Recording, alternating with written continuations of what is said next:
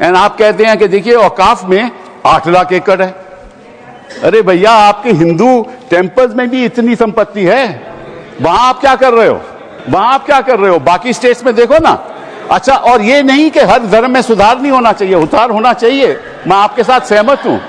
हिंदू धर्म में भी सुधार लाना चाहिए, लाना चाहिए ना, हिंदू धर्म भी सुधार लाना चाहिए। ऐसा तो नहीं हो सकता। तो जो हमारी सरकार ने किया है वो मुस्लिम भावना के सम्मान के लिए किया है। और जहां तक मैं कहना चाहूंगा, हिंदू समाज के बारे में बात करते हैं, हमारे यहां कोई प्रॉब्लम नहीं है। हमारे यहां कोई ऐसा नहीं कि हज पे कोई गैर मुस्लिम नहीं जा सकता। हमारे देखिए कुंभ में 50 लाख विदेशी आए थे और किसी से नहीं कहा या कन्वर्ट हो जाओ। इसलिए मैं कहना चाहता हूं, हिंदुइज्म की धारणा और बाकी धारणा का जो तुलना करने का प्रयास करते हैं वो बहुत उचित नहीं है। मगर सभापति महोदय, इस वक्त में कई अद्भुत नजारे दिखाए। इस्लाम में जो काफिर से ज्यादा मुशरिक और शिर्क को बुरा माना गया, यानी जो भगवान को माने ही नहीं। यहां देखिए वो लेफ्ट के लोग जो कहते हैं धर्म एक अफीम है, वो आज खुदाई खिदमतगार बन के खड़े हो गए। सोचिए कैसा बदलाव आया है। और सर, मुझे एक और चीज नजर आती है। एक पुराना गीत था, वक्त ने किया क्या हसी सितम। तो आज मैं कहना चाहूंगा, वक्त ने किया क्या हसी सितम कि मुस्लिम लीग और शिवसेना मिलके हो गए हम। और मैं कहना चाहता हूं, ये मुस्लिम लीग वो है जिसने सेपरेट इलेक्टोरेट की मांग की थी और इस शिवसेना के उबाटा के हमारे इस सदन के एक सदस्य हैं। और सर, हमारे साथ मुरली जी बैठे हैं। मुरली देवड़ा जी ने मुझे याद दिलाया, मिलिंद देवड़ा जी ने याद दिलाया, उन्होंने कहा एक जमाने में उन्होंने कहा था मुस्लिमों की नागरिकता छीन लेनी चाहिए। इसीलिए मैं कह रहा हूं, वक्त ने किया क्या हसी सितम, ये दोनों मिलके हो गए हम। और सर, मैं इसके बाद एक टेक्निकल बात करना चाहता हूं। जब इन्होंने टाइम ड्यूरेशन हटा दिया था और बैक में पीछे जा सकते थे, तो मैं पूछना चाहता हूं सर कि जब ब्रिटिश हुकूमत आई तो उसने तो मुगलों सारी हुकूमत ले ली थी, तो उनका मालिकाना हक कैसे हुआ? सर, 1707 के बाद तो इस्लामी हुकूमत दिल्ली से खत्म हो गई थी। एक आखिरी मुगल बादशाह शाह आलम के लिए तो बोला जाता था सल्तनते शाह आलम दे लाल किले ते पालम, यानी आज का IGI एयरपोर्ट। तो साहब, उसके बाद ये गुजरात के सूरत से लेकर लखनऊ तक उनका मालिकाना हक निकलने कहां से लगा? अरे भाई, जब दिल्ली को कैप्चर किया था अंग्रेजों ने तो सारी जमीन अंग्रेजों की थी। तो जब मैं अपने कांग्रेस के मित्रों से पूछना चाहता हूं, ये जब गवर्नमेंट ऑफ इंडिया एक्ट में पावर डीड ट्रांसफर की थी तो पढ़े नहीं थे क्या? या खोखले कागज पर साइन कर लिए थे? या कागज सही था, आप खोखला करने की बात है? मैं पूछना चाहता हूं, जब 250 साल तक वो हुकूमत ही नहीं रही तो उस हुकूमत के फरमान की लेजिटिमेसी कैसे हो सकती है? ये मैं कानूनविदों के लिए भी एक फूड फॉर थॉट रखने की बात करता हूं। और दूसरी बात मैं कहना चाहता हूं, ये किन हुकूमतों की बात कर रहे हैं सभापति महोदय? अगर सूरत नगर निगम पे दावा है मुगल के जमाने का और तमिलनाडु के मंदिर पर अरकाट के नवाब का, सभापति महोदय, ये वो हुकूमतें थी जो जजिया लगाती थी। ये वो हुकूमतें थी जो जिम्मी का कॉन्सेप्ट रखती थी। ये वो हुकूमतें थी जो गाजी की बात करती थी। क्या भारत के संविधान में उन हुकूमतों के फरमान को सही मान्यता देना सही है?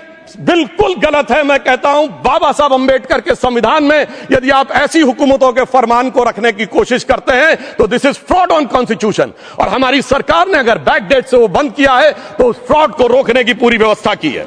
और यहां पर मैं ये भी कहना चाहता हूं सभापति महोदय, जमींदारी उन्मूलन 1948 में हो गया, मगर ये बाद में जमींदार कैसे क्रिएट हो गए? हमने बचपन में विनोबा भावे, हम लोग के जन्म से बहुत पहले की बात है, विनोबा भावे जी के भूदान आंदोलन की बात सुनी थी, जिसमें जमींदारों से पैसा लेके जमीन लेके गरीबों को दी जाती थी। पर सभापति महोदय, कभी आपने सुना कि गरीबों की जमीन जमींदारों को मिल जाए? वो 2013 के बोर्ड ने वो व्यवस्था कर रखी थी। यानी वो भूदान आंदोलन था गांधी जी के शिष्य विनोबा जी का, तो आज के गांधियों के नेतृत्व में भू हड़प आंदोलन शुरू हो गया। अगर वो भूदान आंदोलन था तो ये भू हड़प आंदोलन था। इसलिए मैं एक और बात भी कहना चाहूंगा सभापति महोदय कि जिन हुकूमतों के फरमान की बात की जाती है, एक और फैक्ट है, इसको कोई अन्यथा न ले, जितने मुस्लिम बादशाह अलाउद्दीन खिलजी के बाद उन्होंने बगदाद की खलीफा का खुतबा पढ़ा है। That is a foreign rule, it's on record. कैसे उसको भारत सरकार मान्यता दे सकती है? इसलिए मैं कहना चाहता हूं, जरा सा गौर से देखेंगे तो हकीकत आपके सामने आ जाएगी। और क्या कभी किसी ने कल्पना की, किसी क्रिश्चियन ने तो नहीं कहा कि इंडिया गेट हमारा है, गेटवे ऑफ इंडिया हमारा है, और चर्च नहीं सही फिर भी चर्च गेट हमारा है? तो फिर यह केवल किसी एक के दिमाग में क्यों आती है? हमने जो इवैक्यू एक्ट के तहत दे दिया था पाकिस्तान के गए लोगों को, क्या हमारे जो सिख और हिंदू भाई आए थे उनकी जमीनें मिली? अरे महाराजा रणजीत सिंह की राजधानी लाहौर थी और काबुल तक था राज, तो क्या उन्होंने जमीनें नहीं दान दी होगी गुरुद्वारे और मंदिरों को? वो मिली। अरे वो तो छोड़िए, ननकाना साहब और करतारपुर साहब तक नहीं मिला था। इससे दिखाई पड़ता है कि कितनी एक तरफा हम लोगों ने कोई निगोशिएट ही नहीं किया और उसे करने की बात कही थी। इसलिए मैं कह सकता हूं सर, अब हमारी सरकार ने जो संशोधन किए हैं, अब यह मजहबी हुकूमत के फरमान से नहीं, बाबा साहब अंबेडकर के संविधान से चलने वाला है। अब मैं अंत में उस विषय के ऊपर आता हूं जिसे सांप्रदायिक राजनीति बनाम सेकुलर राजनीति इसके ऊपर कहा जाता है। सभापति महोदय, मैं बताना चाहता हूं कि जब आजादी मिली उसके बाद क्या किसी ने डिमांड किया था कि हमें वक्फ बोर्ड चाहिए? नहीं किया था। फिर क्यों 54 में दिया गया? किसी मुस्लिम ने डिमांड किया क्या कि मदरसे चाहिए? फिर क्यों दिया गया? मुस्लिम समाज तो राष्ट्र की मुख्य धारा में आने को तैयार था, इसीलिए यूसुफ खान, दिलीप कुमार के नाम से आने में उन्हें कोई प्रॉब्लम नहीं थी। महजबीन बानो को मीना कुमारी के रूप में आने में प्रॉब्लम नहीं थी। मुमताज बेगम को मधुबाला बन के आने में प्रॉब्लम नहीं थी। हामिद अली को अजीत के रूप में आने प्रॉब्लम नहीं थी। मगर, और मैं यह भी बताना चाहता हूं, मुस्लिम समाज में बहुत बड़ा तबका उस समय इस बात को सोच रहा था, और अभी कपिल सिब्बल साहब बोले, ये उस चीज के वकील नहीं, इन्हें पता होना चाहिए, पता होगा कि सुन्नी सेंट्रल वक्फ बोर्ड राम मंदिर में 1961 में मुद्दई बना है, 12 साल के बाद। क्योंकि के मोहम्मद ने लिखा है कि एक बहुत बड़ा तबका था जो ये मानता था कि हमें इस चक्कर में नहीं पड़ना चाहिए।